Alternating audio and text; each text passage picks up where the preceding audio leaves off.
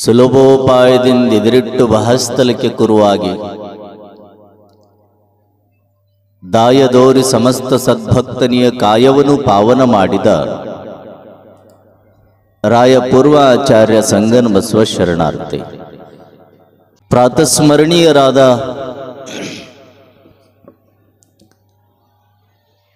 ಬಸವಾದಿ ಪ್ರಮಥರನ್ನ ಸ್ಮರಣೆ ಮಾಡಿ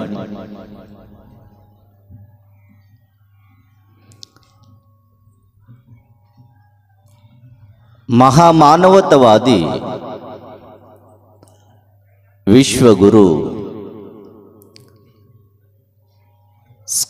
ಸಾಂಸ್ಕೃತಿಕ ನಾಯಕ ಎಲ್ಲ ಶರಣರ ಭಾವಸ್ಫುರಣ ಈ ಪುಣ್ಯ ನೆಲವನ್ನ ಪಾವನಗೊಳಿಸಿರುವಂಥ ಪಾವನಾಮೂರ್ತಿ ಅಪ್ಪ ಬಸವಣ್ಣನ ಸ್ಮರಿಸಿ ಬಸವನ ಬಾಗೇವಾಡಿಯ ಪಟ್ಟಣದ ಧಾರ್ಮಿಕ ಕೇಂದ್ರವಾಗಿರುವಂಥ ಆಚಾರ ವಿಚಾರ ಸಂಸ್ಕೃತಿಯನ್ನು ಕಲಿಸಿಕೊಡುವಂಥ ಪಾಠಶಾಲೆ ಬಾಗೇವಾಡಿಯ ವಿರಕ್ತ ಮಠದ ಮೂಲ ಪುರುಷರಾಗಿರುವಂಥ ಶಿವಲಿಂಗೇಶ್ವರರನ್ನು ಸ್ಮರಣೆ ಮಾಡಿ ಶ್ರೀಮಠದ ಎಲ್ಲ ಗುರು ಪರಂಪರೆಯನ್ನು ಸ್ಮರಿಸಿ ನಾಡು ಕಂಡ ಅಪರೂಪದ ವಾಗ್ಮಿಗಳಲ್ಲಿ ಒಬ್ಬರಾದವರು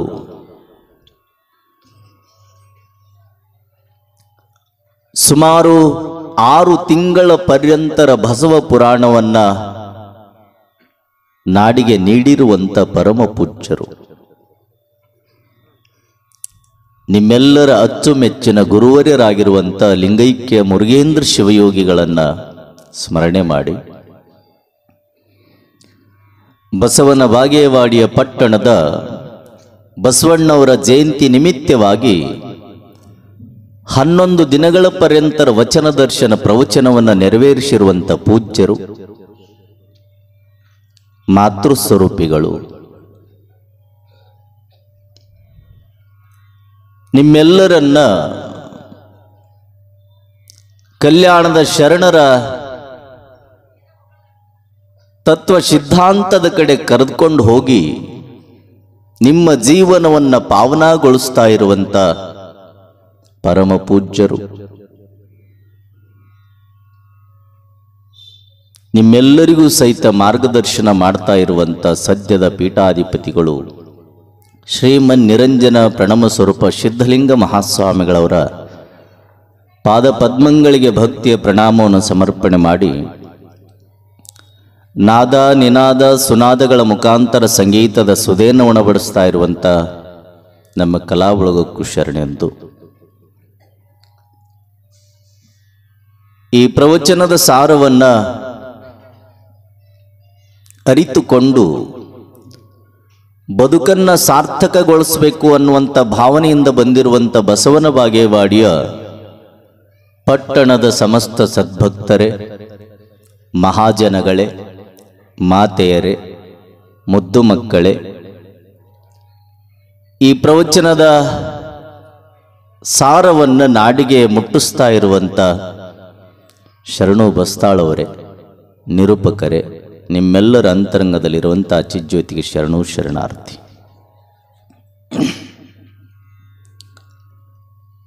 ನಾವು ನಿನ್ನೆ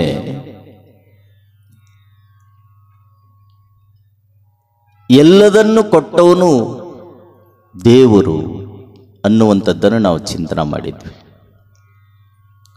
ಆರಿಗೆ ಯಾರೂ ಇಲ್ಲ, ಸಂಬಂಧಿಕರು ಬಂಧು ಬಳಗ ಎಲ್ಲರೂ ನನ್ನವರು ಅನ್ನುವಂಥ ಭಾವ, ಹೆಂಡ್ರು ಮಕ್ಕಳು ಬಂಧು ಬಳಗ ಸಿರಿ ಸಂಪತ್ತು ನನ್ನದು ಅನ್ನುವಂಥ ಸ್ವಾರ್ಥ ಮನೋಭಾವ ನಮ್ಮನ್ನು ಕಟ್ಟಿ ಹಾಕಿಬಿಟ್ಟಿದೆ. ನಾವೆಲ್ಲ ಅರ್ಥಕೊಳ್ಬೇಕು, ಇದು ಎಲ್ಲದಕ್ಕೂ ಮೂಲ ಕಾರಣ ಅದು ದೇವರು. ಬಸವಣ್ಣ ಅರ್ಥ ಮಾಡಿಕೊಂಡಿದ್ದ. ಬಸವ ಕಲ್ಯಾಣದಲ್ಲಿ ಇರುವುದಕ್ಕಿಂತ ಪೂರ್ವದಲ್ಲಿ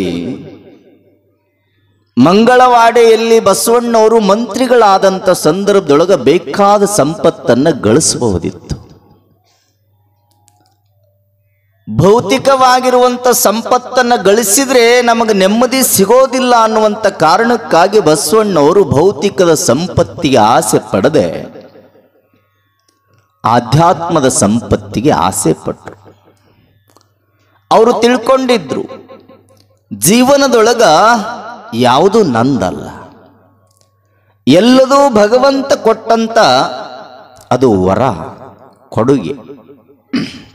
ಹಾಗಾಗಿ ಸದಾಕಾಲ ಕುಂತರೂ ಭಗವಂತನ ಧ್ಯಾನ, ನಿಂತರೂ ಭಗವಂತನ ಧ್ಯಾನ, ತಿರುಗಾಡಿದರೂ ಸಹಿತ ಭಗವಂತನ ಧ್ಯಾನ ಅನ್ನುವಂಥ ಭಾವನೆಯೊಳಗೆ ಕಲ್ಯಾಣದ ಎಲ್ಲ ಶರಣರು ಬದುಕಿದರು.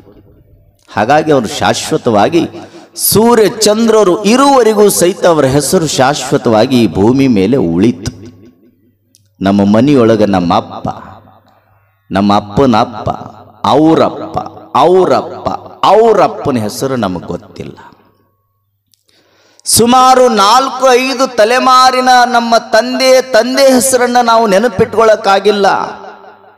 1000 ವರ್ಷಗಳ ಹಿಂದೆ ಆಗಿ ಹೋಗಿರುವಂತ ಕಲ್ಯಾಣದ ಶರಣಿಯರ ಹೆಸರು ಯಾಕೆ ಇಲ್ಲಿ ಅದಾವ, ಯಾಕೆ ನಮಗೆ ನೆನಪದಾವಂದ್ರ ಅವರು ಭೌತಿಕದ ಸಂಪತ್ತಿಗಾಗಿ ಹೋರಾಟ ಮಾಡಲಿಲ್ಲ, ಆಧ್ಯಾತ್ಮದ ಸಂಪತ್ತನ್ನು ಗಳಿಸಿ ಅದಕ್ಕಾಗಿ ತಮ್ಮನ್ನು ತಾವು ಸಮರ್ಪಣೆ ಮಾಡಿಕೊಂಡಿದ್ದಕ್ಕಾಗಿ ಅವರ ಹೆಸರುಗಳು ಶಾಶ್ವತವಾಗಿ ಉಳಿತಾವೆ.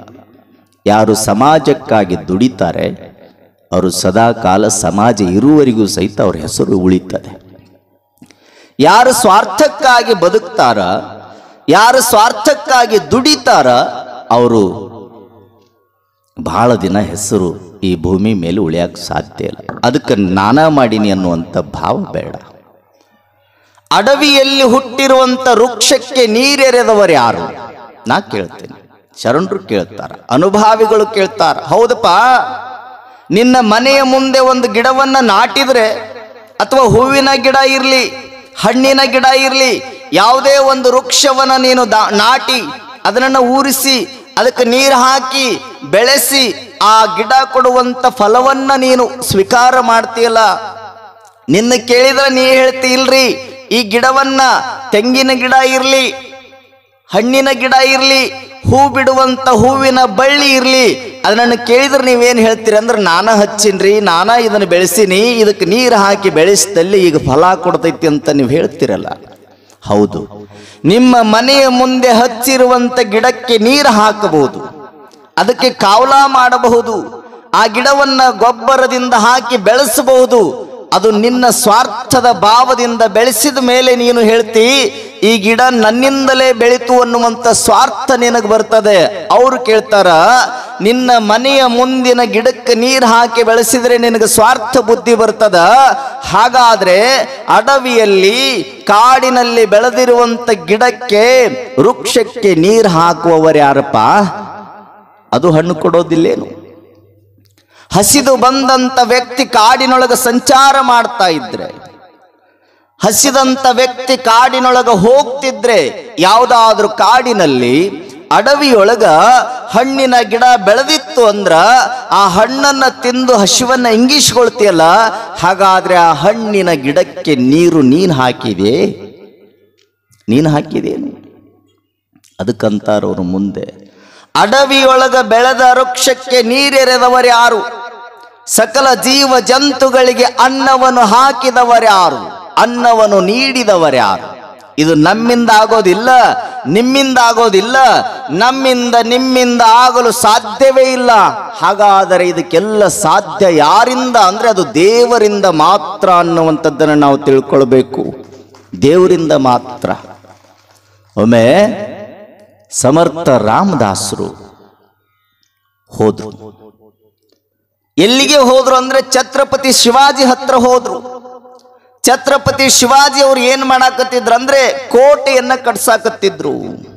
ಕೋಟೆಯನ್ನು ಕಟ್ಟಿಸುವಂತ ಸಮಯದೊಳಗ ಛತ್ರಪತಿ ಶಿವಾಜಿ ಸಿರಿವಂತನಿದ್ದ, ಮಹಾರಾಜನಿದ್ದ, ಛತ್ರಪತಿಯಾಗಿದ್ದ.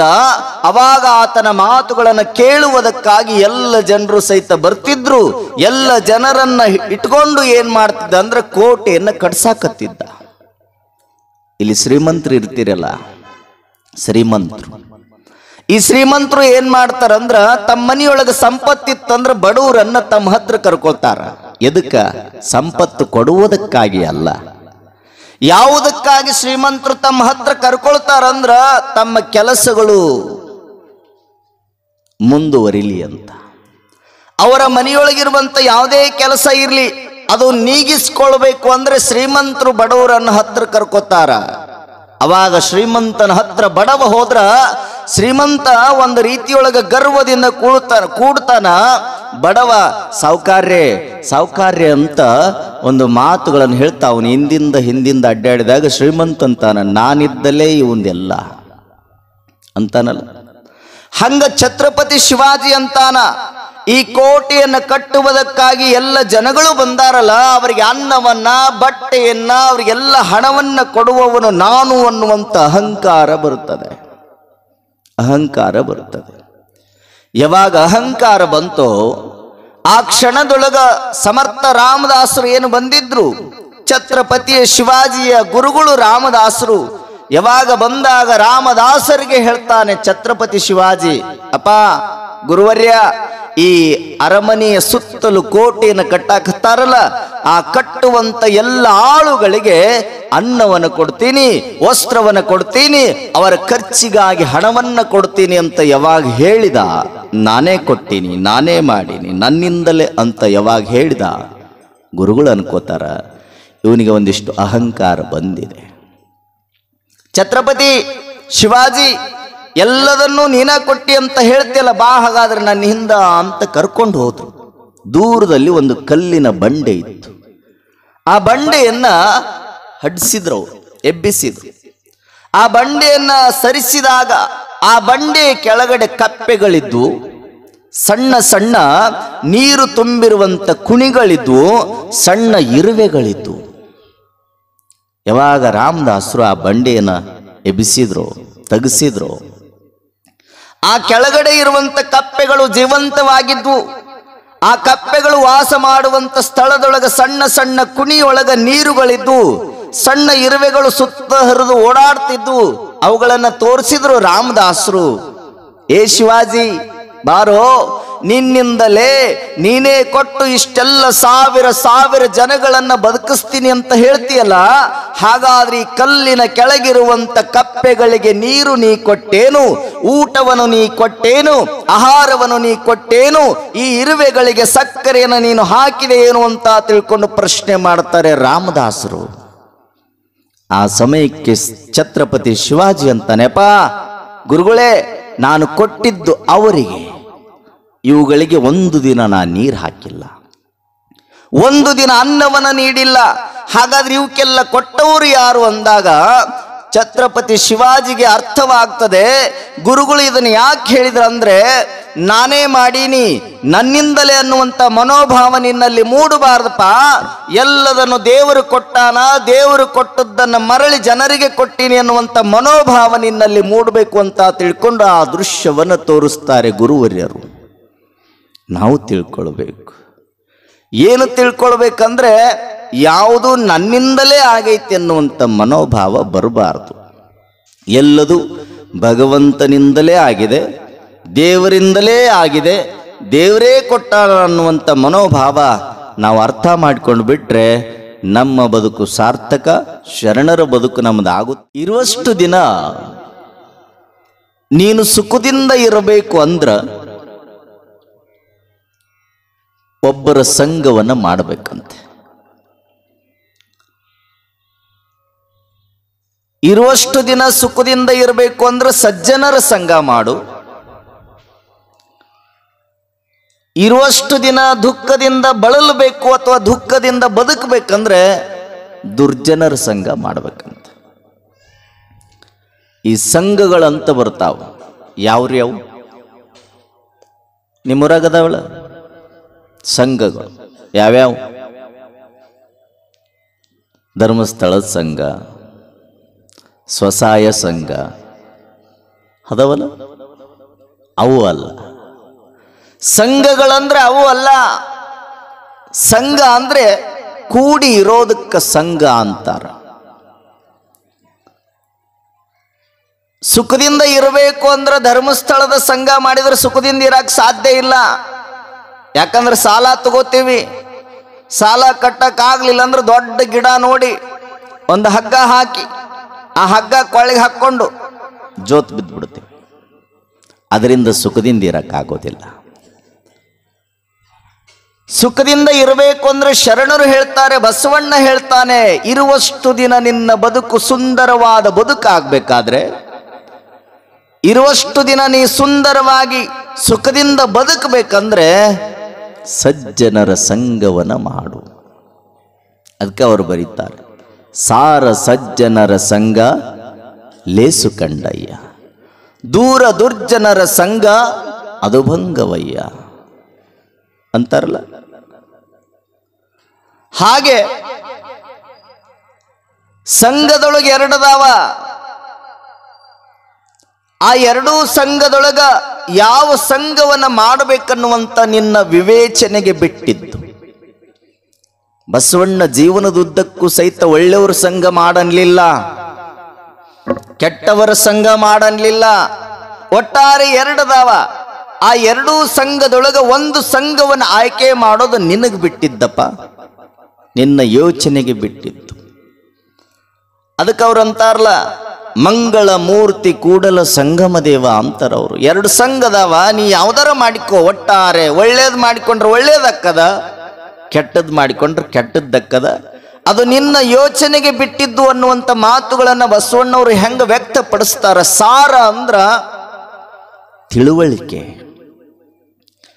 ಮತಿವಂತಿಕೆ, ಬುದ್ಧಿವಂತಿಕೆ ಅಂತ ಸಾರ ಸಜ್ಜನರ ಸಂಘ ಮಾಡಂತಾರ ಅವರು. ತಿಳುವಳಿಕೆ ಉಳ್ಳವರು, ಜ್ಞಾನಿಗಳು, ಅನುಭಾವಿಗಳ ಸಂಘವನ್ನು ಮಾಡಂತಾರವರು. ದೂರ ದುರ್ಜನರ, ದೂರ ದೊಡ್ಡದು ಅಥವಾ ಬಹಳ ಅದರಿಂದ ನಮಗೆ ಧೋಕಾ ಆಗ್ತೈತಿ ಅಂದ್ರೆ ಅಂತವ್ರ ಸಂಘ ಮಾಡಬೇಡ ಅಂತಾರ ಅವರು ಬಸವಣ್ಣವ್ರು. ಅದಕ್ಕೆ ಅದು ಯಾವ್ದಾರ ಮಾಡು, ಒಟ್ಟು ಒಂದು ತಗೋನಿ. ಬರೀ ಅವಷ್ಟ ಈ ಭೂಮಿ ಮೇಲೆ ದುರ್ಜನರು ಮತ್ತು ಒಳ್ಳೆಯವರು ಅಥವಾ ಸಜ್ಜನರು ಅಂತ ಎರಡೇ ಪಂಗಡಗಳಿಲ್ಲ, ಬಹಳದಾವ. ಕೇವಲ ಮನುಷ್ಯರೊಳಗ ದುರ್ಜನರು ಸಜ್ಜನರು ಅಂತ ಅಷ್ಟ ನಾವು ಭಾವಿಸ್ಕೊಳ್ತೀವಲ್ಲ, ಹಾಗಲ್ಲ. ಈ ಭೂಮಿಯ ಮೇಲೆ ಪ್ರಾಣಿಗಳು ಎರಡು ತರ ಅದಾವ. ಪ್ರಾಣಿಗಳಲ್ಲಿ ಎರಡು ತರ, ಒಂದು ಸಾತ್ವಿಕ ಪ್ರಾಣಿ, ಮತ್ತೊಂದು ಕ್ರೂರ ಪ್ರಾಣಿ. ಸಾತ್ವಿಕ ಪ್ರಾಣಿ, ಕ್ರೂರ ಪ್ರಾಣಿ. ಇನ್ನು ಗಾಳಿಯೊಳಗೆ ಎರಡು ತರ, ಒಂದು ತಂಪಾದ ಗಾಳಿ, ಮತ್ತೊಂದು ಬಿರುಗಾಳಿ. ಇನ್ನು ನೀರಿನೊಳಗೆ ಎರಡು ತರ, ತಂಪಾದ ನೀರು, ಆಮೇಲೆ ಬಿಸಿ ನೀರು.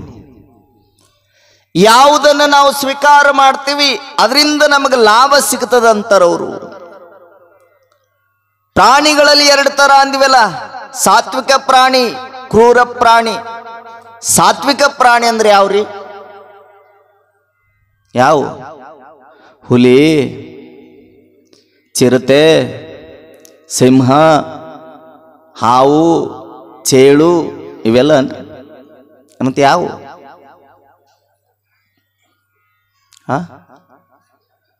ಸಾತ್ವಿಕ ಪ್ರಾಣಿಗಳಂದ್ರೆ ಜಿಂಕೆ, ಮನೆಯೊಳಗ ಸಾಕುವಂತ ಹಸು, ಆಕಳ, ಮೊಲ, ಇವೆಲ್ಲ ಸಣ್ಣ ಸಣ್ಣ ಪ್ರಾಣಿ ಪಕ್ಷಿಗಳು, ಇವೆಲ್ಲ ಸಾತ್ವಿಕ. ಇನ್ನು ಹುಲಿ, ಚಿರತೆ, ಸಿಂಹ ಇವೆಲ್ಲವೂ ಕ್ರೂರ ಪ್ರಾಣಿಗಳು. ಸಾತ್ವಿಕ ಪ್ರಾಣಿಗಳಿಂದ ಎಂದೂ ಸಹಿತ ಮನುಷ್ಯನಿಗೆ ಹಾನಿ ಇಲ್ಲ. ಹಾನಿ ಐತೆ ನಿಮಗೆ? ಪ್ರಾಣದ ಅಪಾಯ ಐತೇನು? ಮನೆಯೊಳಗೆ ಸಾಕುವಂತ ಆಕಳದಿಂದ ನಿಮ್ಗೆ ಏನಾದ್ರೂ ಜೀವಕ್ಕೆ ಕುತ್ತೈತೇನು? ನಿಮ್ಮ ಜೀವ ಆಕಳಿನಿಂದ ಏನಾದ್ರೂ ಹೋದಿದ್ದನ್ನ ಕೇಳಿರೇನು? ಆಕಳಿಂದ ನಿಮ್ಗೆ ಏನಾದ್ರೂ ತ್ರಾಸ ಐತೇನು? ಇಲ್ಲ. ಅದು ಸಾತ್ವಿಕ ಪ್ರಾಣಿ. ಮನೆಯೊಳಗೆ ಹುಲಿಯನ್ನ ಕಟ್ಟಿಕೊಂಡು ಹುಲಿಯೊಳಗೆ ಆಟ, ಹುಲಿ ಇರುವಂತ ಮನೆಯೊಳಗೆ ಜೀವ ಮಾಡ್ತೀನಿ ಅಂದ್ರೆ ಒಂದಿಲ್ಲ ಒಂದು ದಿನ ಹುಲಿಯನ್ನ ನಿನ್ನ ತಿಂದು ಮುಗಿಸ್ತದೆ. ಇದು ಕ್ರೂರ ಪ್ರಾಣಿ. ಯಾವ ಪ್ರಾಣಿಯಿಂದ ಜೀವಕ್ಕೆ ಆಪತ್ತಿದೆ ಅದು ಕ್ರೂರ ಪ್ರಾಣಿ. ಯಾವ ಪ್ರಾಣಿಯಿಂದ ಜೀವನಕ್ಕೆ ಉಪಾಯ ಇದೆ, ಅದರಿಂದ ಜೀವಕ್ಕೆ ಆಪತ್ತಿಲ್ಲ, ಅದು ಸಾತ್ವಿಕ ಪ್ರಾಣಿ.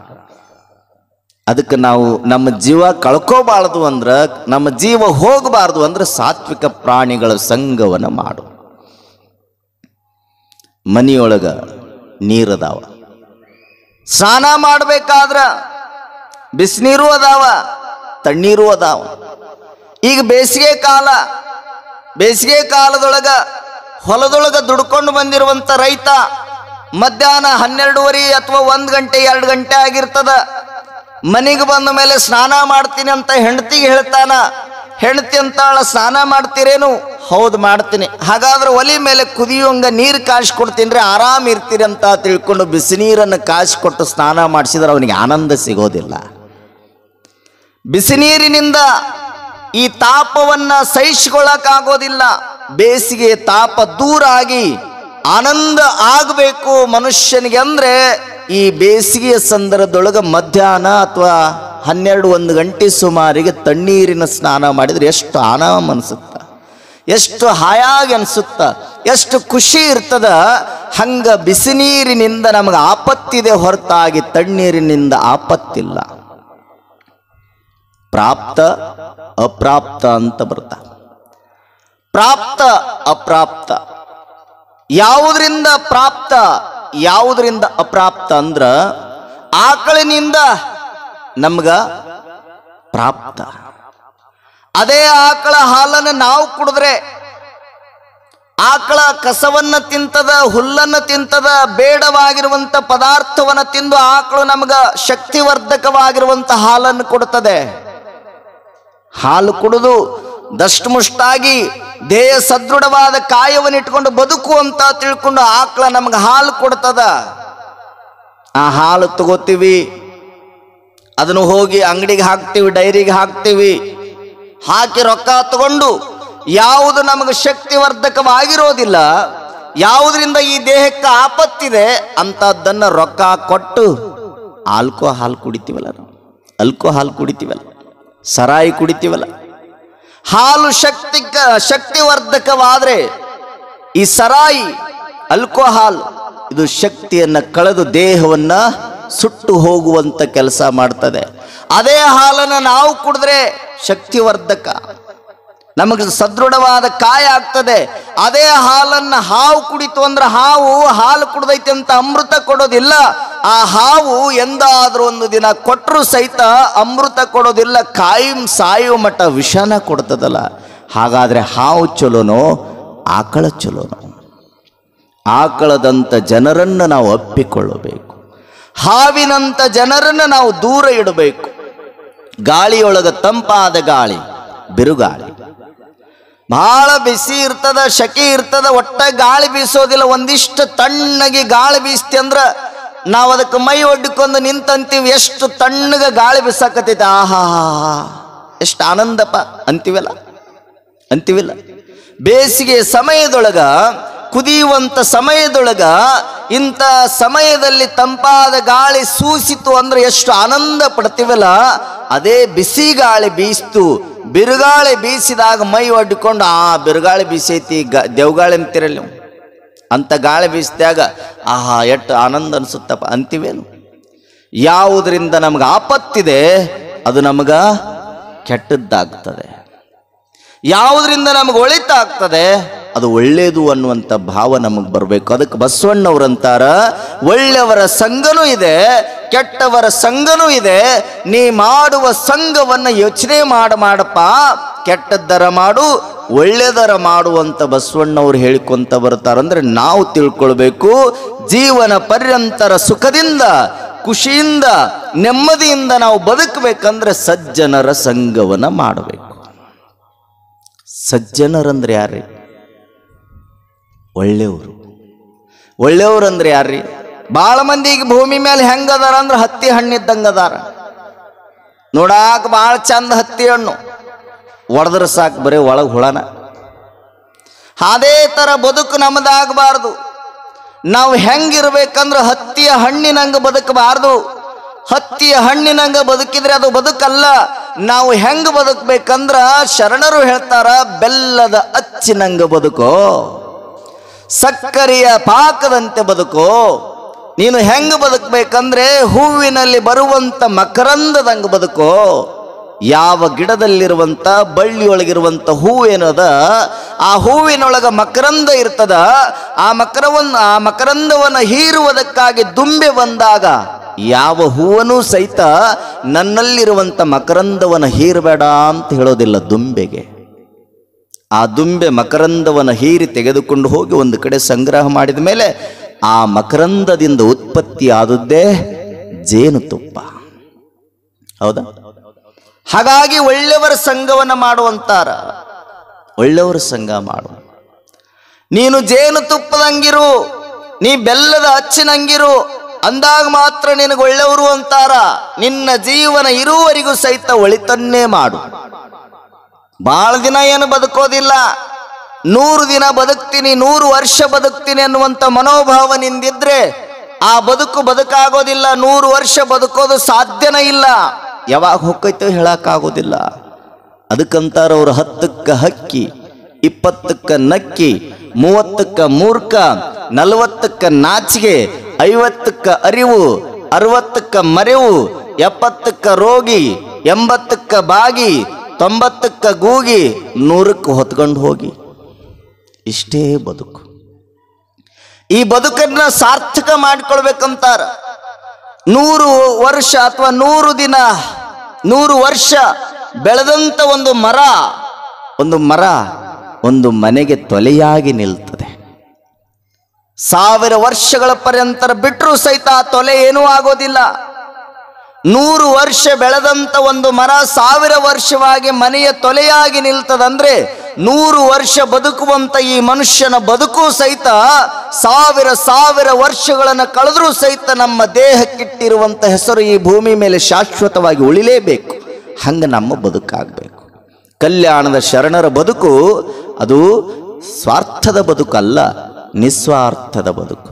ಅವರು ಒಳ್ಳೆಯವರ ಸಂಘವನ್ನು ಮಾಡಿದರು. ಸಂಘಗಳನ್ನು ಮಾಡೋದನ್ನು ಯೋಚನೆ ಮಾಡಿ ನಾವು ಮಾಡುವಂಥ ಕೆಲಸ ಮಾಡಿದರೆ ನಮಗೂ ಒಳ್ಳೆಯದಕ್ಕದ ಅನ್ನುವಂಥ ಮಾತುಗಳನ್ನು ಭಾಳ ಸ್ಪಷ್ಟವಾಗಿ ಹೇಳ್ತಾರಲ್ಲ. ಹಾಗಾದರೆ ಯಾರ ಸಂಘ ಮಾಡಬೇಕು? ಊರೊಳಗೆ ಕೆಟ್ಟದ್ದನ್ನು ಮಾಡುವಂಥ ವ್ಯಕ್ತಿಗಳ ಸಂಘವನ್ನು ಮಾಡಬಾರ್ದು. ಯಾರು ಕುಡಿತಾರೆ ಅಂಥವರ ಸಂಘವನ್ನು ನಾವು ಮಾಡಿದರೆ ನಮಗೂ ಕುಡುಕರಂತಾರ. ಯಾರು ಕಳ್ಳತನ ಮಾಡ್ತಾರ ಅಂಥವರ ಸಂಘವನ್ನು ನಾವು ಮಾಡಿದರೆ 1 ರೂಪಾಯಿಯನ್ನು ಕದಿಲಿಲ್ಲ, ಕಳ್ಳತನ ಮಾಡಲಿಲ್ಲ ಅಂದ್ರೂ ಸಹಿತ ನಮಗೆ ಹೆಸರು ಬರೋದು ಕಳ್ಳರಂತನ. ಹಾಗಾದ್ರೆ ನೀವು ಸಂಘವನ್ನು ಯಾರ್ದು ಮಾಡ್ಬೇಕಂದ್ರ ವೇದಿಕೆಯ ಮೇಲೆ ಕುಳಿತಿರುವಂಥ ಪರಮ ಪೂಜ್ಯ ಸಿದ್ಧಲಿಂಗ ಮಹಾಸ್ವಾಮಿಗಳಂಥವರ ಸಂಘ ಮಾಡಿದರೆ ಜೀವನ ಸಾರ್ಥಕ. ಅದಕ್ಕೆ ಒಂದು ಸಂಸ್ಕೃತದ ಶ್ಲೋಕ ಹೇಳ್ತದೆ, ಕೀಟೋ ಭ್ರಮರ ಯೋಗೇನ ಭ್ರಮರೋ ಭವತಿ ದೃಢಂ, ಮಾನವ ಶಿವಯೋಗೇನ ಶಿವಂ ಭವತಿ ನಿಶ್ಚಯಾತ್ ಅನ್ನುವಂಥ ಮಾತನ್ನು ಹೇಳ್ತದೆ. ಒಂದು ಕೀಟ, ನಿಮ್ಮೂರಾಗ ಕಡ್ಲಿ ಬೆಳಿತೀರ? ಕಡ್ಲಿ ಅಂದ್ರೆ ಯಾವ? ಸುಲ್ಗಾಯಿ ಬೆಳೆದಿಲ್ಲ, ಉಪ್ಪು ಇರ್ತೈತೆ ಅಲ್ಲ. ಕಡ್ಲಿ ಅಂತೀರಿ, ಏನಂತೀರಿ ಅದಕ್ಕೆ?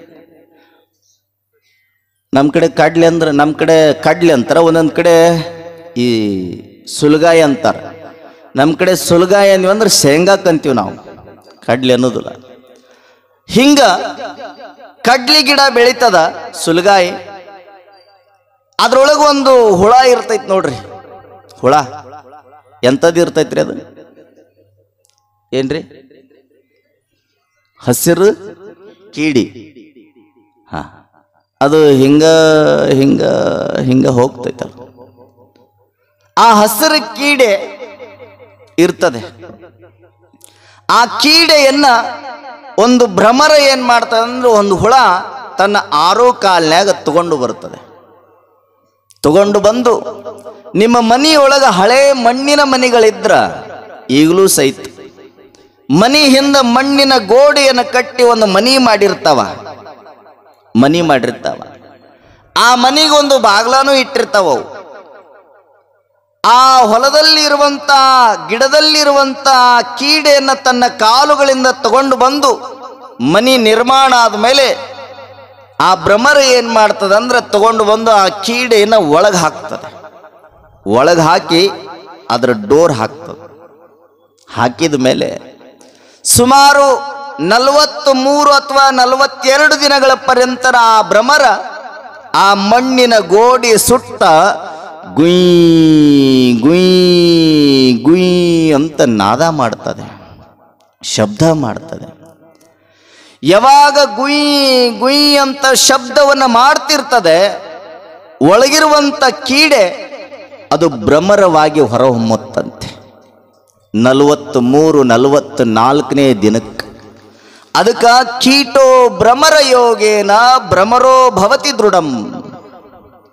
ಆ ಕೀಟ ಕೆಲಸಕ್ಕೆ ಬರಲಾರ್ದಂಥ ಕೀಡೆ ಅದು ಕಡ್ಲಿ ತಿನ್ನುವಾಗ ಬಾಯಾಗ ಹೋತಂದ್ರೆ ಹಂಗ ನುಂಗಿರ್ತೀವಿ.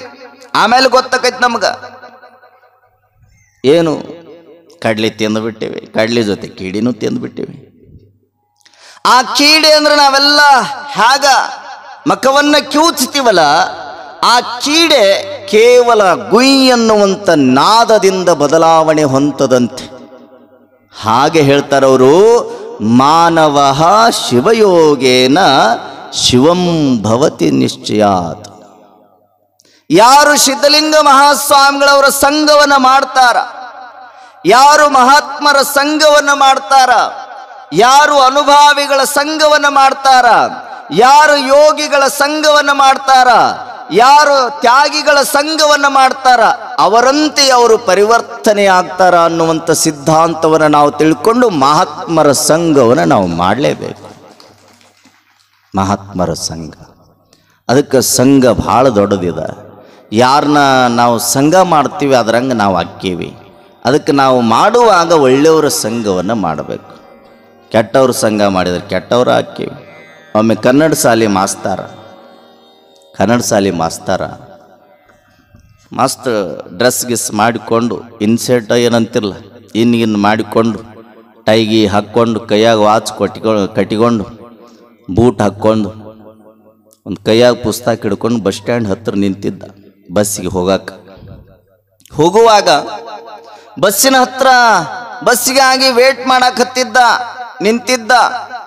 ಬಸ್ ಬರೋದು ತಡ ಇದ್ದಂಥ ಸಂದರ್ಭದೊಳಗೆ ಬಸ್ ಸ್ಟ್ಯಾಂಡ್ನೊಳಗೆ ಮತ್ತು ಬಸ್ಸಿಗಾಗಿ ಕಾಯಲೇಬೇಕಲ್ಲ, ಕಾಯ್ಕೊಂತ ನಿಂತಿದ್ದ. ಅಷ್ಟೊತ್ತಿಗೊಬ್ಬ ಜೋಗಪ್ಪ ಬಂದ. ಜೋಗಪ್ಪ ಅಂದ್ರೆ ಗೊತ್ತಾಕೈತಲ್ಲ, ಒಬ್ಬ ಜೋಗಪ್ಪ ಬಂದ. ಇವ ಮಾಸ್ತರ್ ಅದನ, ಇವನ ಕೈಯ ಪುಸ್ತಕ, ಪೆನ್ನು, ಗಿನ್ನು, ಬೂಟು ಎಲ್ಲ, ಇನ್ಸೆಟ್ ಅದು ಎಲ್ಲ ಅದ. ಜೋಗಪ್ಪನ ಕಡೆ ಏನಿರ್ತೈತ್ರಿ? ಒಂದು ಚೌಡಿಕೆ ಇರ್ತದ, ಒಂದು ಪಡ್ಲಿಗೆ ಇರ್ತದ, ಒಂದು ಗಂಟು ಇರ್ತದ. ಅವನ್ನೆಲ್ಲ ಹೊತ್ಕೊಂಡು ಅವ ಬಂದ. ಎಲ್ಲಿಗೆ ಬಂದ ಅಂದ್ರೆ ಮಾಸ್ತರ್ ನಿಂತಂಥ ಜಾಗಕ್ಕೆ ಬಂದವ. ಜೋಗಪ್ಪ ಬಂದ, ಮಾಸ್ತರ್ ನಿಂತಿದ್ರು. ಜೋಗಪ್ಪ ಕೇಳ್ತಾನ, ಸರ ಬಸ್ ಹೋಗೈತನ್ರಿ? ಇನ್ನೂ ಇಲ್ರಿ, ಇನ್ನೊಂದು 5-10 ನಿಮಿಷನಾಗ ಬರ್ಬೋದ್ರಿ, ನಾನು ಅದ ಬಸ್ಸಿಗೆ ಹೋಗಾಕ ನಿಂತೀನಿ ಅಂತ ಶಿಕ್ಷಕ ಹೇಳಿದ. ಅಟೊತ್ತಿಗೆ ಆ ಜೋಗಪ್ಪನಿಗೆ ಒಂದಿಷ್ಟು ನೀರಡಿಕೆ ಆಗಿತ್ತು, ಬಾಯಿ ಆರಿತ್ತು.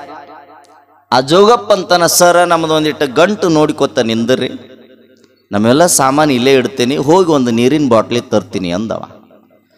ಶಿಕ್ಷಕರು ಅಂತಾರ, ಅದನ್ನೇನು ನಾ ಏನು ಹೊತ್ಕೊಂಡು ನಿಂದ್ರೋದಿಲ್ಲ, ಇಡ್ರಿ ಇಲ್ಲಿ ಇಟ್ಟು ಹೋಗ್ರಿ, ನೋಡ್ತೀನಿ. ನೋಡೋದೇನು ದೊಡ್ಡಾಗೋದು, ಪಕ್ಕದಾಗ ಇಟ್ಟಿರಿ ಅಂದ್ರೆ ನೋಡ್ಕೊಂತ ನಿಂದ್ರಕ್ಕೆ ಏನಾಗೋದಿಲ್ರಿ, ಅದಕ್ಕೇನು ಖರ್ಚಾಗೋದಿಲ್ಲ, ನೀವು ಇಟ್ಟು ಹೋಗ್ರಿ, ಹೋಗಿ ನೀರು ತಗೊಂಡು ಬರ್ರಿ ಅಂತ ಆ ಮಾಸ್ತರ್ ಆ ಜೋಗಪ್ಪನ ಕಳಿಸಿದ. ಒಬ್ರು ಯಾರ ಹೆಣ್ಮಕ್ಳು ಬಂದವ್ರ ಬೂಟ್ ಹಾಕ್ಯಾನ, ಕೈಯಾಗ ಪುಸ್ತಕ ಹಿಡ್ದಾನ, ಎಲ್ಲ ಹಿಡ್ದಾನ. ಆದರೂ ಸಹಿತ ಆ ಹೆಣ್ಮಗಳಂದ್ಲು, ಏ ಜೋಗಪ್ಪ, ಮಾಸ್ತರ್ಗಾಕಿ, ಏ ಜೋಗಪ್ಪ ಬಸ್ ಹೋತನ ಒಂದ್ಲಾಕಿ. ಜೋಗಪ್ಪ ಯಾಕಾದ ಕನ್ನಡ ಶಾಲೆಯೊಳಗ ಮಕ್ಕಳಿಗೆ ಪಾಠವನ್ನು ಮಾಡುವಂತ ಶಿಕ್ಷಕ ಯಾಕೆ ಜೋಗಪ್ಪ ಅನಿಸ್ಕೊಂಡ ಅಂದ್ರ, ಜೋಗಪ್ಪನ ಗಂಟಿನ ಪಕ್ಕದಲ್ಲಿ ಗಂಟಿನ ಸವಾಸವನ್ನು ಮಾಡಿರುವಂತ ಶಿಕ್ಷಕನೂ ಸಹಿತ ಶಿಕ್ಷಕ ಆಗಲಾರದೆ ಜೋಗಪ್ಪಕ್ಕನಂದ್ರ, ನಾವು ಯಾರ ಸಂಘವನ್ನು ಮಾಡ್ತೀವಿ ಅವ್ರಂಗ ನಾವು ಹಾಕೀವಿ, ಅವ್ರಂಗ ನಮ್ಮನ್ನು ಕರೀತಾರೆ. ಅರಿತವರ ಸಂಘ ಅನುಗಾಲವಿರಲು ಪರಶಿವನ ಕಾಣಲು ಇದು ಒಂದು ದಾರಿ ಸಾಕು ಅನ್ನುವಂಥ ಮಾತನ್ನು ಹೇಳ್ತಾರೆ. ಅರಿತವರ ಸಂಘ ಯಾವಾಗಲೂ ಇರಬೇಕಂತ. ಒಳ್ಳೆಯವರ ಸಂಘದೊಳಗೆ ನೀ ಉಳ್ಕೊಂಡಿ ಅಂದ್ರೆ ದೇವರನ್ನು ಕಾಣೋದಕ್ಕೆ ಇದು ಒಂದ ದಾರಿ ಸಾಕು. ಧೀರ ಬಸವೇಶನಿಂದ ಚೋರ ಶಿವಶರಣನಾದ. ಚೋರರು ಯಾರ ಸಂಘ ಮಾಡಿದ್ರು ಅಂದ್ರೆ ಬಸವಣ್ಣವರ ಸಂಘ ಮಾಡಿದ್ರು, ಅದಕ್ಕೆ ಶರಣರಾದರು. ನಾರದನ ಸಂಘದಿಂದ ಬೇಡ ವಾಲ್ಮೀಕಿ ಆದ. ಅಂಗುಲಿಮಾಲ ಬುದ್ಧನ ಸಂಘದಿಂದ ಬುದ್ಧನಿಗೆ ಶರಣಾದ. ನರೇಂದ್ರ ರಾಮಕೃಷ್ಣ ಪರಮಹಂಸರ ಸಂಘದಿಂದ ಸ್ವಾಮಿ ವಿವೇಕಾನಂದನಾದ. ಇಸ್ಲಾಂ ಧರ್ಮದಲ್ಲಿ ಹುಟ್ಟಿರುವಂತ ಶರೀಫ ಗೋವಿಂದ ಭಟ್ಟರ ಸಂಘದಿಂದ ಸಂತ ಶಿಶುನಾಳ ಶರೀಫನಾದ. ಮುರುಗೇಂದ್ರ ಮಹಾಶಿವಯೋಗಿಗಳವರ ಸಂಘದಿಂದ ಸಮಾಜದ ದೀಕ್ಷೆನ ತೊಟ್ಟು ಸಮಾಜಕ್ಕಾಗಿ ತಮ್ಮನ್ನ ತಾವು ಅರ್ಪಣೆ ಮಾಡಿಕೊಳ್ಳುವಂತ ಪರಮ ಪೂಜ್ಯ ಸಿದ್ಧಲಿಂಗ ಮಹಾಸ್ವಾಮಿಗಳಾದರು. ಕಾರಣ ಇಷ್ಟೇ, ಯಾರ ಸಂಘದಿಂದ ನಾವು ಹೇಗಿರ್ತೇವೆ, ಯಾರ ಸಂಘದೊಳಗೆ ನಾವಿರ್ತೇವೆ ಹಂಗೆ ಬದಲಾವಣೆ ಆಗ್ತದೆ, ಪ್ರಭಾವವಾಗ್ತದೆ, ಅದರಂತೆ ರೂಪುಗೊಳ್ಳುತ್ತದೆ. ಅದಕ್ಕೆ ನಾವು ಒಳ್ಳೆಯವರ ಸಂಘವನ್ನು ಮಾಡಬೇಕು. ಸಂಘದ ಪಾತ್ರ ಬಹಳ ದೊಡ್ಡದಿದೆ ಬದುಕಿನೊಳಗೆ. ಈ ಬದುಕಿನೊಳಗೆ ಸಂಘದ ಪಾತ್ರ ಬಹಳ ದೊಡ್ಡದದ. ಆದ್ರೆ ಅದನ್ನ ನಾವು ಏನ್ ಮಾಡ್ಬೇಕಂದ್ರ ಯೋಚನೆ ಮಾಡಿ ಆ ಸಂಘಕ್ಕೆ ನಾವು ಹೋಗ್ಬೇಕು. ನಿಮ್ಮ ಮನೆಯೊಳಗ ಹಾಲದ ಅಲ್ಲ, ದಿನ ಹಾಲು ಕುಡಿತೀರಿ, ಚಹಾ ಮಾಡಿಕೊಂಡು ಕುಡಿತೀರಿ, ಬರೀ ಹಾಲು ಕುಡಿತೀರಿ. ಏನಾರ ಜ್ಯೂಸ್ ಮಾಡಿಕೊಳ್ಬೇಕಾದ್ರೆ ಹಣ್ಣಿನ ಮೇಲೆ ಹಾಲು ಹಾಕಿ ಜ್ಯೂಸ್ ಮಾಡಿಕೊಂಡು ಕುಡಿತೀರಿ, ಏನೆಲ್ಲ ಮಾಡಿಕೊಂಡು ಕುಡಿತಿರಲ್ಲ ಹಾಲು. ಆ ಹಾಲು ಮೊಸರಿನ ಸಂಘವನ್ನು ಮಾಡಿದ್ರೆ ಏನಕ್ಕದ ಹೆಪ್ಪಕ್ಕದ. ಹಾಲು ಮೊಸರಿನ ಸಂಘ ಮಾಡಿದ್ರೆ ಹೆಪ್ಪಾಗಿ ರುಚಿಕರವಾಗಿರುವಂತ ಬೆಣ್ಣೆ, ಮಜ್ಜಿಗೆ, ತುಪ್ಪ ದೊರೀತೈತಲ್ಲ. ಮನೆಯಲ್ಲಿರುವಂತ ಹಾಲು ಮೊಸರಿನ ಸಂಘವನ್ನು ಮಾಡಿದ್ರೆ ಎಲ್ಲದೂ ಸಿಗುತ್ತದೆ, ಎಲ್ಲದೂ ದೊರೀತದೆ. ಅದೇ ಹಾಲು ಉಪ್ಪಿನ ಸಂಘವನ್ನು ಮಾಡಿದ್ರೆ ಕೆಟ್ಟು ಹೋಗಿಬಿಡ್ತದೆ, ಎದಕ್ಕೂ ಉಪಯೋಗ ಆಗುದಿಲ್ಲ. ಆಗುತ್ತನ್ರಿ? ಹಂಗ ಉಪ್ಪಿನಂತಿರುವಂತ ಮನುಷ್ಯರ ಸಂಘವನ್ನು ಮಾಡದೆ ಮೊಸರಿನಂತಿರುವಂತ ಜನರ ಸಂಘವನ್ನು ಮಾಡುವಂತಾರ ಕಲ್ಯಾಣದ ಶರಣರು. ಅದಕ್ಕೆ ಅಕ್ಕ ಮಹಾದೇವಿ ಹೇಳ್ತಾಳ, ಅರಿತವರೊಡನೆ ಸಂಗವ ಮಾಡಿ ಮೊಸರು ಹೊಸೆದು ಬೆಣ್ಣೆಯೇ ತೆಗೆದುಕೊಂಬಂತೆ. ಅರಿಯದವರೊಡನೆ ಸಂಗವ ಮಾಡಿದರೆ ಕಲ್ಲು ಹೊಯ್ದು ಕಿಡಿಯೇ ತೆಗೆದುಕೊಂಬಂತೆ ಅಂತಳಾಕಿ ಅಕ್ಕ ಮಹಾದೇವಿ ಹೇಳ್ತಾಳೆ. ಯಾರು ತಿಳುವಳಿಕೆ ಉಳ್ಳವರದಾರ, ಯಾರು ಜ್ಞಾನಿಗಳದಾರ, ಯಾರು ಅನುಭಾವಿಗಳದಾರ ಅಂತವರ ಸಂಘವನ್ನ ನೀ ಮಾಡಿದಿ ಅಂದ್ರೆ ಮೊಸರನ್ನು ಹೊಸೆದು ಬೆಣ್ಣೆ ತೆಗೆದುಕೊಂಡಂತೆ. ಬೆಣ್ಣೆ ನವೀನ, ನವನವ, ವಿನೂತನವಾದದ್ದು. ಆ ಬೆಣ್ಣೆ ಯಾವಾಗಲೂ ಸಹಿತ ಸುಗಂಧಭರಿತವಾದ ಬೆಣ್ಣೆ. ಆ ಬೆಣ್ಣೆಯಿಂದ ಏನೆಲ್ಲ ನಿರ್ಮಾಣ ಮಾಡಬಹುದು. ಹಂಗ ನೀನು ಅರಿತವರ ಸಂಘವನ್ನು ಮಾಡಿದೆ ಅಂದ್ರೆ ನಿನ್ನ ಜೀವನವೇ ಬದಲಾಗ್ತದೆ, ನಿನ್ನ ಬದುಕೇ ಬದಲಾಗ್ತದೆ, ನಿನ್ನ ಬದುಕಿಗೆ ನವ ಚೈತನ್ಯ ಸಿಗುತ್ತದೆ ಅನ್ನುವಂಥ ಮಾತುಗಳನ್ನ ಅಕ್ಕಮಹಾದೇವಿ ಹೇಳ್ತಾಳೆ. ತಿಳಿಲಾರದವರ ಸಂಘ ಮಾಡಿದ್ರೆ ನಮ್ಗೆ ಅನ್ಯಾಯ, ಆಪತ್ತುಗಳೇ ಬರ್ತಾವ. ಇಲ್ಲೊಂದು ಗಿಡ ಐತಿ, ಈಗ ನಿಮಗೆಲ್ಲ ಕಾಣ್ತೈತಲ್ಲ. ಈ ಗಿಡದಾಗ ಒಂದು ಕಡೆ ಕಾಗಿ, ಒಂದು ಕಡೆ ಕೋಗಿಲೆ ಕುಂತೈತೆ ಅಂತ ತಿಳಿರಿ. ಈ ಗಿಡದೊಳಗ ಒಂದು ಕಡೆ ಕೋಗಿಲೆ, ಒಂದು ಕಡೆ ಕಾಗಿ. ಕಾಗಿಯ ಬಣ್ಣನೂ ಕಪ್ಪೆ, ಕೋಗಿಲೆಯ ಬಣ್ಣನೂ ಕಪ್ಪೆ. ಎರಡು ಬಣ್ಣ ಕರಗದಾವಿಲ್ಲ. ಏನು ಕೋಗಿಲೆದು ಕೆಂಪೈತೇನ್ರಿ, ಏನು ಕಾಗಿದ ಕೆಂಪೈತೆ? ಕಾಗೆ ಕೋಗಿಲೆಯ ಬಣ್ಣ ಒಂದೇ, ಆದ್ರೆ ಅದು ಕಾಗಿ ಯಾವುದು ಕೋಗಿಲೆ ಯಾವುದು ಅನ್ನೋದು ನಿಮ್ಗೆ ಹೆಂಗ ಗೊತ್ತಾಗ್ತದೆ ಅಂದ್ರೆ ಅದು ಕೂಗಿದಾಗ ಮಾತ್ರ. ಕೋಗಿಲೆ ಕೂಗಿತು ಅಂದ್ರೆ ನಿಮ್ಗೆ ಆನಂದಕ್ಕದ ಆಕೈತಿಲ್ಲ, ಎಷ್ಟು ಚಂದ ಕೂಗ್ತದ ಅಂತೀವಿ ನಾವು. ಆ ಕೋಗಿಲೆ ಕೂಗಿದಾಗ ಆನಂದ ಆಗ್ತದೆ. ಒಂದು ವೇಳೆ 4-5 ಕೋಗಿಲೆಗೆ ಕುಂತು ಕೂಗಿದ್ವು ಅಂದ್ರೆ ಆಹಾ ಎಷ್ಟು ಆನಂದ ಅಂತೀರಿ. 4-5 ಕಾಗಿ ಕುಂತು ಕೂಗಿದ್ರೆ, ಕಾಗಿಯ ಕಂಠ ಕರ್ಕಶವಾದದ್ದು, ಕೋಗಿಲೆಯ ಕಂಠ ಮೃದುವಾದದ್ದು. ಆ ಕಾಗೆ ಕೋಗಿಲೆ ಬಣ್ಣಗಳನ್ನು ಗುರುತಿಸಿದ್ರೆ ಇದು ಕಾಗೆ ಇದು ಕೋಗಿಲೆ ಅನ್ನೋದು ಗೊತ್ತಾಗೋದಿಲ್ಲ. ಹಾಗಿರಬೇಕಾದ್ರೆ ಗಿಡದಾಗ ಕುಂತು ಕಾಗಿ ಕೂಗಾಕತ್ತಿತ್ತು, ಕೋಗಿಲೆಯೂ ಕುಂತಿತ್ತು. ಆ ರೈತ ಏನ್ ಮಾಡ್ತಾನಂದ್ರೆ ಒಂದು ಕವಣಿ ತಗೊಂಡ, ಅದ್ರಾಗ ಒಂದು ಕಲ್ಲಿಟ್ಟ, ಕಲ್ಲಿಟ್ಟು ಬೀಸಿ ಹೊಡೆದ. ಕಾಗಿ ಏನ್ ಮಾಡಿಬಿಟ್ಟಿತ್ತಂದ್ರ ಕೂಗಿ ತನ್ನ ಕೆಲಸ ಮುಗಿಸ್ಕೊಂಡು ಹಾರಿಬಿಟ್ಟಿತ್ತು. ಕಾಗಿ ಕೂಗುತ್ತಾ ಇದೆ ಅಂತ ತಿಳ್ಕೊಂಡು ಆ ರೈತ ವಿಚಾರ ಮಾಡಿ ಕಲ್ಲನ್ನು ಯಾವಾಗ ಬೀಸಿದ, ಆ ಕಲ್ಲು ಹೋಗಿ ಕೋಗಿಲಿಗೆ ಬಿತ್ತು. ಕಾಗಿ ಹಾರಿ ಹೋಗಿತ್ತು. ಯಾವಾಗ ಕೋಗಿಲಿಗೆ ಬಿತ್ತೋ, ಕೋಗಿಲಿಗೆ ಯಾವಾಗ ಕಲ್ಲು ತಾಗಿತೋ, ಕೋಗಿಲೆ ರೆಕ್ಕೆಯನ್ನು ಬಡಿತಾ ಬಡಿತಾ ಬಡಿತಾ ಕೆಳಗೆ ನೆಲಕ್ಕೆ ಬಿತ್ತು. ರೈತ ಓಡಿ ಬಂದ, ಕೇಳಿದ, ಅಯ್ಯೋ ಪಾಪ, ನಾನು ಪಾಪಿಷ್ಟ. ನಿನ್ನ ಮಧುರವಾದ ಕಂಠವನ್ನು ಕೇಳಿದ್ರೆ ಎಷ್ಟು ಆನಂದಕ್ಕದ. ನಾನು ಕಾಗಿಗೆ ಹೊಡಿಯಾಕ ಹೋಗಿ ನಿನಗೆ ಹೊಡೆದ್ನೆಲ್ಲ, ನಿನ್ನ ಪ್ರಾಣವನ್ನು ತೆಗಿಯಾಕತ್ತೀನಲ್ಲ ಅಂತ ನೋವು ಪಟ್ಕೊಳ್ತಾನ ಆ ರೈತ. ಅವಾಗ ಕೋಗಿಲೆ ಹೇಳ್ತೈತಂತ, ತಪ್ಪು ನಿಂದಲ್ಲ, ತಪ್ಪು ನಿಂದಲ್ಲ, ತಪ್ಪು ನಂದಿದೆಯಪ್ಪ. ಯಾವಾಗ ನನ್ನಂತೆ ಬಣ್ಣವನ್ನು ಹೊಂದಿರುವಂತ ಕೋಗಿಲೆಯ ಜಾಗಕ್ಕೆ ಕಾಗಿ ಬಂತು, ಕಾಗಿ ಬಂದು ಕೂಗಿದಾಗ, ಕಾಗಿ ಬಂದು ಕುಂತಂತ ಸಂದರ್ಭದೊಳಗೆ ನಾನು ಹಾರಿ ಹೋಗಿಬಿಟ್ಟಿದ್ರೆ ಆ ಪೆಟ್ಟು ನನಗೆ ಬೀಳ್ತಿದ್ದಿಲ್ಲ. ನಾನು ನನ್ನವನು ಅನ್ನುವಂಥ ಭಾವನೆಯೊಳಗೆ ನಾ ಕುಂತೆ. ನೀನು ಹೊಡೆದಿದ್ದು ನಿನ್ನ ತಪ್ಪಲ್ಲಪ್ಪ, ಆ ಪೆಟ್ಟು ನನಗೆ ಬಿತ್ತಲ್ಲ, ತಪ್ಪು ನಿಂದಲ್ಲ, ತಪ್ಪು ನಂದು ಅಂತ ಆ ಕೋಗಿಲೆ ಹೇಳ್ತೈತಂದ್ರ ನಾವಿಲ್ಲಿ ಅರ್ಥ ಮಾಡಿಕೊಳ್ಬೇಕು. ಕೋಗಿಲೆಯಂತಿರುವಂಥ ಸಜ್ಜನ ಜನರು ಕುಳಿತಂಥ ಸಂದರ್ಭದಲ್ಲಿ ಕಾಗೆಯ ಬಣ್ಣದಂತಿರುವಂಥ ಕರ್ಕಶವಾದ ಮನೋಭಾವ, ಕರ್ಕಶ ಕಂಠವುಳ್ಳಂಥವರು, ಭಾವ ಶುದ್ಧ ಇರಲಾರ್ದಂಥ ದುರ್ಜನರೇನಾದ್ರೂ ಬಂದ್ರೆ ಆ ಕ್ಷಣದಿಂದ ಎದ್ದು ಹೋಗ್ಲಿಲ್ಲ ಅಂದ್ರ ಕಾಗಿಗೆ ಬೀಳುವ ಪೆಟ್ಟು ಕೋಗಿಲೆಗೆ ಬಿದ್ದಂಗ ದುರ್ಜನರ ಪೆಟ್ಟು ಸಜ್ಜನರಿಗೆ ಬೀಳ್ತೈತಿ ಅನ್ನುವಂಥದ್ದನ್ನು ನಾವು ಅರ್ಥ ಮಾಡಿಕೊಳ್ಬೇಕು. ಅದಕ್ಕೆ ಸಜ್ಜನರಾದವರು ದುಷ್ಟರು ಬಂದಾಗ ಎದ್ದು ಹೋಗೋದು ಭಾಳ ಬೆಸ್ಟ್ ಕೆಲಸ. ಅದಕ್ಕೆ ದುರ್ಜನರ ಸಂಘದಿಂದ ದೂರಿರು. ಯಾವುದರಿಂದ ನಮ್ಗೆ ಆಪತ್ತಿದೆ ಅದರಿಂದ ನಾವು ದೂರ ಇರಬೇಕು. ಒಳ್ಳೆಯವರ ಸಂಘವನ್ನು ಮಾಡಿದರೆ ಒಳ್ಳೆಯವರಾಗಿಬಿಡ್ತೇವೆ, ಕೆಟ್ಟವರ ಸಂಘ ಮಾಡಿದರೆ ಕೆಟ್ಟವರಾಗಿಬಿಡ್ತೇವೆ. ಕುಡುಕರ ಸಂಘ ಮಾಡಿದ್ರೆ ಕುಡುಕರಕ್ಕೇವಿ. ಕುಡಿದಿಲ್ಲ ಅಂದ್ರೂ ಸಹಿತ ಕುಡುಕರಂತಾರ. 4 ಮಂದಿ ಕುಡುಕರು ತಯಾರಾದ್ರು ಎಲ್ಲಿಗೆ?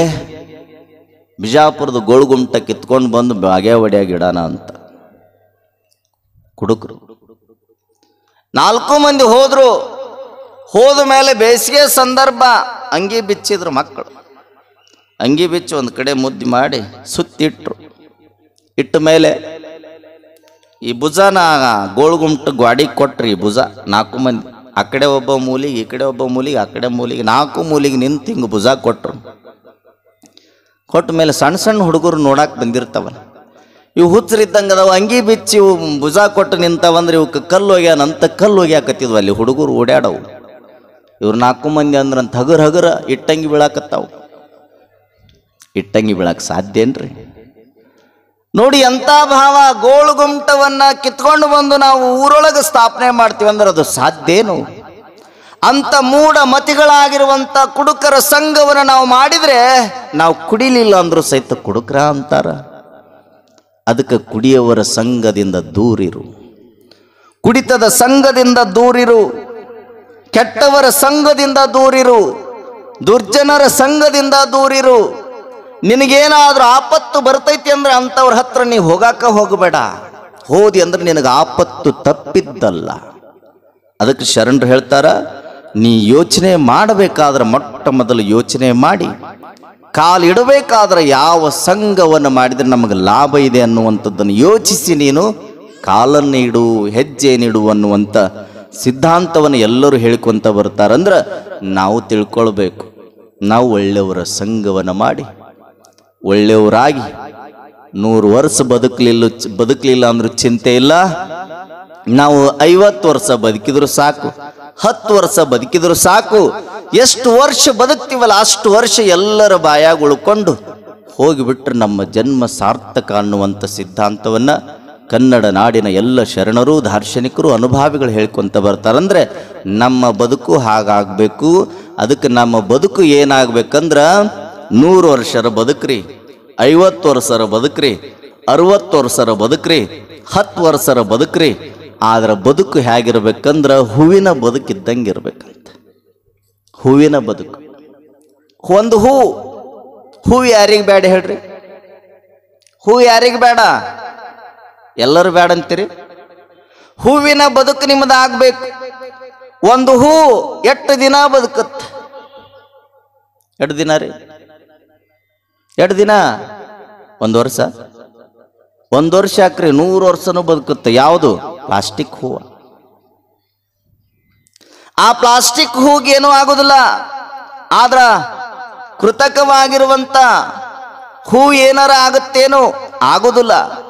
ಆದ್ರೆ ಭಗವಂತನ ಆಶೀರ್ವಾದದಿಂದ ಬೆಳೆಯುವಂತ ಹೂ ಐತಲ್ಲ, ಅದು ಒಂದೇ ಒಂದು ದಿನ ಬದುಕುತ್ತೆ. ಆ ಹೂ ಎಲ್ಲರಿಗೂ ಬೇಕಾಗುತ್ತೆ. ಅದಕ್ಕೆ ಹೇಳ್ತಾರವರು, ಓ ಮಲ್ಲಿಗೆ ಕಾಕಡ ನೀನು ಬಾಳ ಪಾಕಡ, ಕಣ್ಣು ಬಿಟ್ಟೆ ಗಡಗಡ, ಉದಿರಿ ಬಿದ್ದೆ ಬಡಬಡ, ಒಂದು ದಿನದ ಜೀವನ ಆದರೂ ನೀ ಪಾವನ, ಆದರೂ ನೀ ಪಾವನ, ನಿನಗೆ ನನ್ನ ಮನೆ ನಂದನ, ನಿನಗೆ ನನ್ನ ವಂದನ ಅಂತಾರವ್ರು.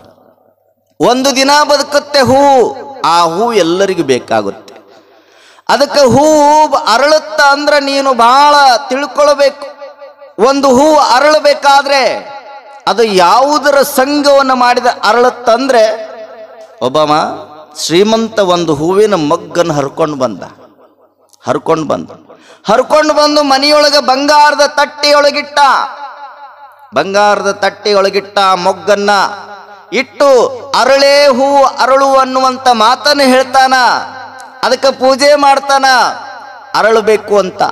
ಅದಕ್ಕೆ ಮಂಗಳಾರತಿ ಮಾಡಿದ, ಅದಕ್ಕೆ ಕರ್ಪೂರ ಬೆಳಗಿದ, ಊದುಬತ್ತಿ ಬೆಳಗಿದ, ಎಲ್ಲ ಆದ್ಮೇಲೇನು ಸಹಿತ ಹೇಳ್ತಾನೆ, ಬೇಗ ಬೇಗ ಅರಳೋ ಹೂವೇ ಅರಳು ಅಂತಾನೆ. ಆ ಹೂವು ಹೇಳುತ್ತದೆ, ಏ ಮನುಷ್ಯ, ನೀನು ಬಂಗಾರದ ತಟ್ಟಿಯೊಳಗಿಟ್ಟಿ ಅಂತ ತಿಳ್ಕೊಂಡು ಖುಷಿಯೊಳಗೆ ನಾನು ಅರಳಂಗಿಲ್ಲ. ನನಗ ಮಂಗಲ ಆರತಿಯನ್ನ ಹಾಡಿ ಅಂತ ತಿಳ್ಕೊಂಡು ಆನಂದದೊಳಗೆ ನಾನು ಅರಳೋದಿಲ್ಲ. ನನಗ ಊದುಬತ್ತಿಯನ್ನು ಬೆಳಗಿ ಅಂತ ತಿಳ್ಕೊಂಡು ನಾನು ಅರಳೋದಿಲ್ಲ. ನಾನು ಅರಳಬೇಕಂದ್ರೆ ಭಗವಂತನು ನೀಡುವಂತ ಸೂರ್ಯನ ಕಿರಣಗಳು ನನಗೆ ತಾಗಿದಾಗ ಮಾತ್ರ ಅರಳುತ್ತೇನೆ, ಹೊರತಾಗಿ ನೀನು ಮಾಡುವಂತ ಶೃಂಗಾರದಿಂದಲ್ಲ ಅಂತ ಹೂವ ಮನುಷ್ಯನಿಗೆ ಹೇಳ್ತದಂತೆ. ನಾವು ತಿಳ್ಕೊಳ್ಬೇಕು, ಆ ಹೂವ ಸೂರ್ಯನ ಕಿರಣದ ಸಂಘವನ್ನು ಮಾಡಿದ ಮೇಲೆ ಆ ಹೂವು ಹೆಂಗ ಅರಳುತ್ತದೆ, ಹಂಗ ನಮ್ಮ ಬದುಕು ಅರಳಬೇಕಾದ್ರೆ ಮಹಾತ್ಮರ, ಜ್ಞಾನಿಗಳ, ಅನುಭಾವಿಗಳ ಸಂಘವನ್ನು ಮಾಡಿದರೆ ನಮ್ಮ ಬದುಕು ಅರಳುತ್ತದೆ ಅನ್ನುವಂಥ ಮಾತನ್ನ ತಾವೆಲ್ಲರೂ ಸ್ಪಷ್ಟವಾಗಿ ತಿಳ್ಕೊಂಡು ಅಂಥ ಬದುಕನ್ನು ಕಟ್ಕೊಳ್ರಿ, ಅಂಥ ಸಂಘವನ್ನು ನೀವು ಮಾಡ್ರಿ. ಅದಕ್ಕೆ ಸಿದ್ಧಲಿಂಗ ಮಹಾಸ್ವಾಮಿಗಳವ್ರ ಸಂಘ ಮಾಡಿದ್ರೆ ಏನೂ ಆಗುದಿಲ್ಲ. ನಿಮ್ಮ ಬದುಕು ಸಾರ್ಥಕ ಆಗ್ತದ. ನಿಮ್ದೇನಾರ ಕೆಟ್ಟ ಆಗುತ್ತೆ ಅಂತ ತಿಳ್ಕೊಬೇಡ್ರಿ. ನಿಮ್ಗೆ ಹೇಳಿಬಿಡ್ಲ, ಈಗ ತಾನೇ ಒಬ್ರು ನಮ್ಮ ಶಿಕ್ಷಕರು ಅಜ್ಜನ ಮೂರ್ತಿಗೆ, ಬಸವೇಶ್ವರರ ಮೂರ್ತಿಗೆ ಏನು ಹಾಕಿದ್ರು? ಹೂವಿನ ಹಾರ. ಆ ಹಾರದಾಗ ಏನೇನೈತೆ? ದಾರ, ಹೂ. ಇಲ್ಲಿ ಹೂವಿನ ದಾರದ ಸಂಘ ಮಾಡಿತ್ತು ಅಥವಾ ದಾರ ಹೂವಿನ ಸಂಘ ಮಾಡೋದು? ಹೂವ ದಾರದ ಸಂಘ ಮಾಡೈತೋ ಅಥವಾ ದಾರ ಹೂವಿನ ಸಂಘ ಮಾಡೈತೋ? ದಾರ ಹೂವಿನ ಸಂಘ. ಕರೆಕ್ಟ್. ಯಾಕಂದ್ರ ಆ ಹೂವು ಇರ್ಲಿಲ್ಲ ಅಂದ್ರೆ ಬರೀ ದಾರ ತಗೊಂಡು ನಮ್ಮ ಕೊಳ್ಳಿಗೆ, ಅಜ್ಜವ್ರ ಕೊಳ್ಳಿಗೆ, ಆಮೇಲೆ ಆ ಬಸವಣ್ಣವ್ರ ಕೊರಳಿಗೆ ಹಾಕ್ತೀರ ನೀವು? ಬರೀ ದಾರ ಹಾಕಿದ್ರೆ ಏನಂತಾರ? ಇದು ಯಾವುದೋ ಒಂದು ಜನಿವಾರ ಮಂದಿ ಐತಿ ಬಿಡು ಅಂತಾರ. ಜನಿವಾರ ದಾರವನ್ನು ಹಾಕಿದ್ರೆ ನಮಗೆ ಬೆಲೆ ಇಲ್ಲ, ದಾರಕ್ಕೆ ಬೆಲೆನೂ ಇಲ್ಲ. ಒಂದು ವೇಳೆ ದೊಡ್ಡ ಸಭಾದೊಳಗೆ ಸಿದ್ಧಲಿಂಗಪ್ಪ ಅವ್ರು ಕೂತಾರ, ನಾನು ಕೂತೀನಿ, ಇಲ್ಲಿ ಬಸವಣ್ಣವ್ರ ಭಾವ ಅದೇನದು ಮೂರ್ತಿ ಅದ, ಎಲ್ಲದದ, ನಾ ಊರಾಗ ದೊಡ್ಡ ಶ್ರೀಮಂತ ದಿನಂತ ತಿಳ್ಕೊಂಡು ಇಷ್ಟುದ್ದ ದಾರ ತಗೊಂಡು ಬಂದು ನೀ ಕೊರಳಿಗೆ ಹಾಕಿದ್ರೆ ನಿನಗೆ ಎಲ್ಲರೂ ಹೌದು ಅಂತಾರೇನ್ರಿ? ಹಾಗಾದ್ರೆ ದಾರಕ್ಕೆ ಬೆಲೆ ಇಲ್ಲ. ಆ ದಾರ ಹೂವಿನ ಸಂಘವನ್ನು ಮಾಡಿದಾಗ ಅದು ಮಾಲೆ ಅನಿಸ್ಕೊಳ್ತದ. ಆ ಮಾಲೆಯನ್ನ ನನ್ನ ಕೊರಳಿಗೆ, ಅಜ್ಜವ್ರ ಕೊರಳಿಗೆ, ಗದ್ದಿಗೆಗೆ ಎಲ್ಲ ಕಡೆ ಹೋಗಿ ಹಾಕ್ತೇವೆ. ದಾರ ಹೂವಿನ ಸಂಘವನ್ನು ಮಾಡಿದಕ್ಕಾಗಿ ಸ್ವಾಮಿಗಳ ಕೊರಳೊಳಗೆ ಬೀಳ್ತದ, ಗದ್ದಿಗೆ ತಲೆ ಮೇಲೆ ಹೋಗಿ ಕುಂಡಿರ್ತದ, ಎಲ್ಲ ತಾಯಂದಿರ ಮುಡಿಯೊಳಗ ಮುಡಿತದ. ಬರೀ ದಾರ ಮುಡ್ಕೊಂಡು ಹೋಗಿಬಿಟ್ವಿ ಅಂದ್ರೆ ಎಲ್ಲರೂ ಇದಕ್ಕೆ ತಲೆ ಕೆಟ್ಟೈತಿ ಅಂತಾರಲ್ಲ, ಹಂಗ ಹೂವ ದಾರದ ಸಂಘ ಮಾಡಿಲ್ಲ, ದಾರ ಹೂವಿನ ಸಂಘವನ್ನು ಮಾಡಿದಕ್ಕಾಗಿ ಎಲ್ಲರ ತಲೆ ಮೇಲೆ ಕುಂಡಿರ್ತದಲ್ಲ, ಹಂಗ ನಾವು ಸಹಿತ ಸಿದ್ಧಲಿಂಗ ಮಹಾಸ್ವಾಮಿಗಳವರ ಸಂಘ ಮಾಡಿಬಿಟ್ರ ಭಗವಂತ ಪ್ರೇಮದಿಂದ ನಮ್ಮನನ್ನೂ ಎತ್ತಿಕೊಳ್ಳುತ್ತಾನೆ.